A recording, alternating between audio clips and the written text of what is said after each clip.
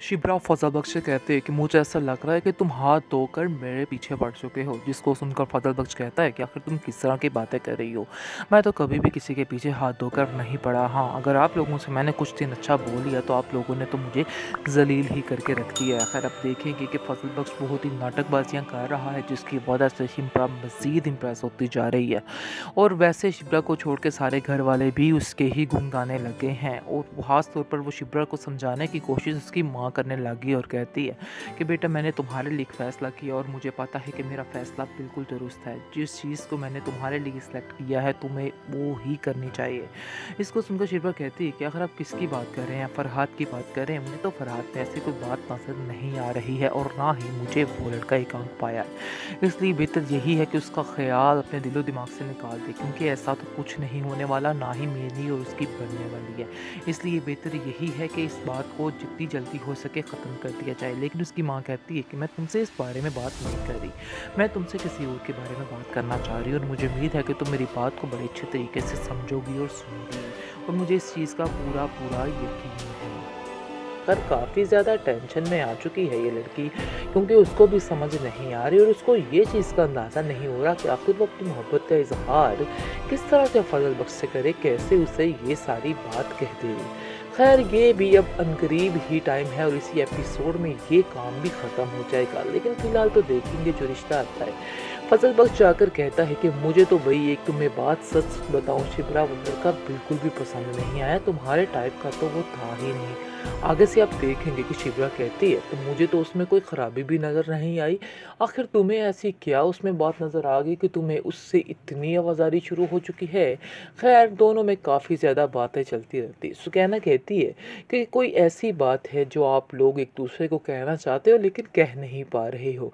जिसको सुनकर शिप्रा कहती है तुम क्यों फजूल की बातें करती रहती हो, तुम्हें इस तरह कोई हक नहीं कि तुम फजूल बातें करती रहो।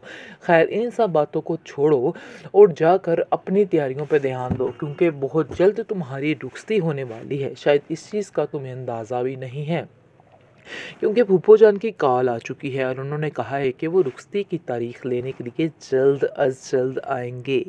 लेकिन जो उसकी माँ है वो परेशान सी नज़र आ रही है और कहती है कि मुझे समझ नहीं आ रही कि आखिर ये लड़की इस रिश्ते से इनकार क्यों कर रही है, क्योंकि उसकी बातों में ये इनकार उसको साफ साफ नज़र आ जाता है।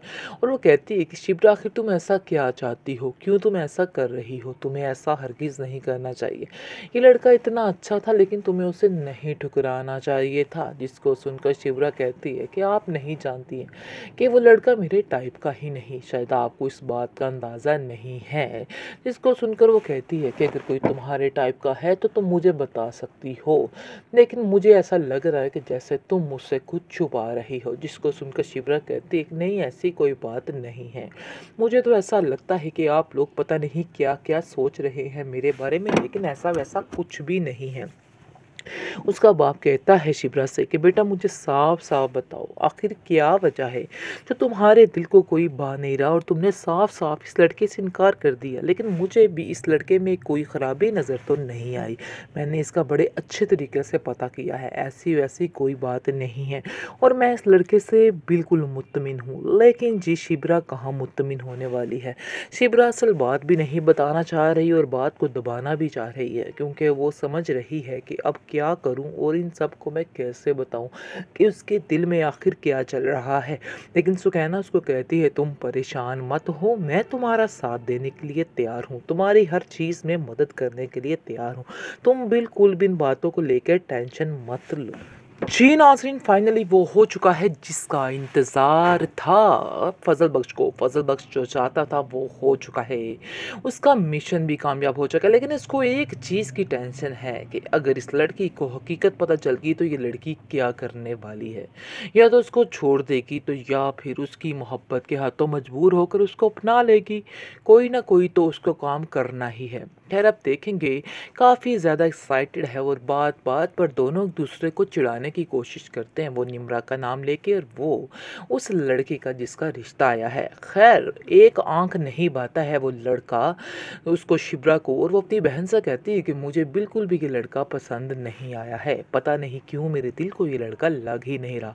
इसलिए आप देखेंगे कि सुकैना कहती है बेवकूफ़ लड़की तुम्हारे दिल को जो लग रहा है तुम उसको महसूस ही नहीं कर रही, तुम्हें पता ही नहीं चल रहा कि कौन तुम्हारे इर्द-गिर्द है और कौन तुम्हारे सबसे ज़्यादा नज़दीक है। शायद तुम्हें इस चीज़ का अंदाज़ा भी नहीं है। जिसको सुनकर आप देखेंगे कि वो कहती है कि मुझे अंदाज़ा तो हो रहा है लेकिन मैं खुद एक कश्मकश में हूँ। मुझे तो कुछ समझ नहीं आ रही कि आखिर मुझे क्या करना है और क्या नहीं करना है। आखिर काफ़ी ज़्यादा टेंशन में आ चुकी है ये लड़की क्योंकि उसको भी समझ नहीं आ रही और उसको ये चीज़ का अंदाज़ा नहीं हो रहा कि आखिर वो अपनी मोहब्बत का इज़हार किस तरह से फजल बख्श से करे, कैसे उसे ये सारी बात कह दे। खैर ये भी अब अनकरीब ही टाइम है और इसी एपिसोड में ये काम भी ख़त्म हो जाएगा। लेकिन फ़िलहाल तो देखेंगे जो रिश्ता आता है। फजल बख्श जाकर कहता है कि मुझे तो भई एक तुम्हें बात सच बताऊँ शिब्रा, वो लड़का बिल्कुल भी पसंद नहीं आया, तुम्हारे टाइप का तो वो था ही नहीं। आगे से आप देखेंगे कि शिब्रा कहती है तो मुझे तो उसमें कोई ख़राबी भी नज़र नहीं आई। आखिर तुम्हें ऐसी क्या उसमें बात नज़र आ गई कि तुम्हें उससे इतनी आवाज़ारी शुरू हो चुकी है। खैर दोनों में काफ़ी ज़्यादा बातें चलती रहती। सुकैना कहती है कि कोई ऐसी बात है जो आप लोग एक दूसरे को कहना चाहते हो लेकिन कह नहीं पा रहे हो। जिसको सुनकर शिप्रा कहती है तुम क्यों फजूल की बातें करती रहती हो, तुम्हें इस तरह कोई हक नहीं कि तुम फजूल बातें करती रहो।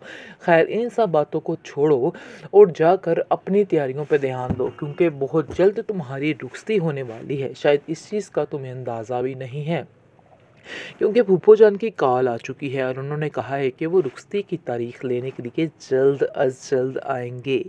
लेकिन जो उसकी माँ है वो परेशान सी नज़र आ रही है और कहती है कि मुझे समझ नहीं आ रही कि आखिर ये लड़की इस रिश्ते से इनकार क्यों कर रही है क्योंकि उसकी बातों में ये इनकार उसको साफ साफ नज़र आ जाता है। और वो कहती है कि शिप्रा आखिर तुम ऐसा क्या चाहती हो, क्यों तुम ऐसा कर रही हो, तुम्हें ऐसा हरगिज़ नहीं करना चाहिए। ये लड़का इतना अच्छा था लेकिन तुम्हें उसे नहीं ठुकराना चाहिए था। जिसको सुनकर शिवरा कहती है कि आप नहीं जानती हैं कि वो लड़का मेरे टाइप का ही नहीं, शायद आपको इस बात का अंदाज़ा नहीं है। जिसको सुनकर वो कहती है कि अगर कोई तुम्हारे टाइप का है तो तुम मुझे बता सकती हो, लेकिन मुझे ऐसा लग रहा है कि जैसे तुम मुझसे कुछ छुपा रही हो। जिसको सुनकर शिवरा कहती है नहीं ऐसी कोई बात नहीं है, मुझे तो ऐसा लगता है कि आप लोग पता नहीं क्या क्या सोच रहे हैं मेरे बारे में, लेकिन ऐसा वैसा कुछ भी नहीं है।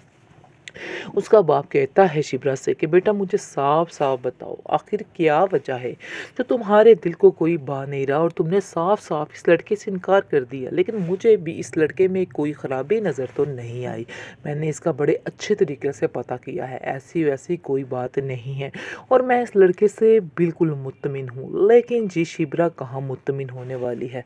शिप्रा असल बात भी नहीं बताना चाह रही और बात को दबाना भी चाह रही है क्योंकि वो समझ रही है कि अब क्या करूं और इन सब को मैं कैसे बताऊं कि उसके दिल में आखिर क्या चल रहा है।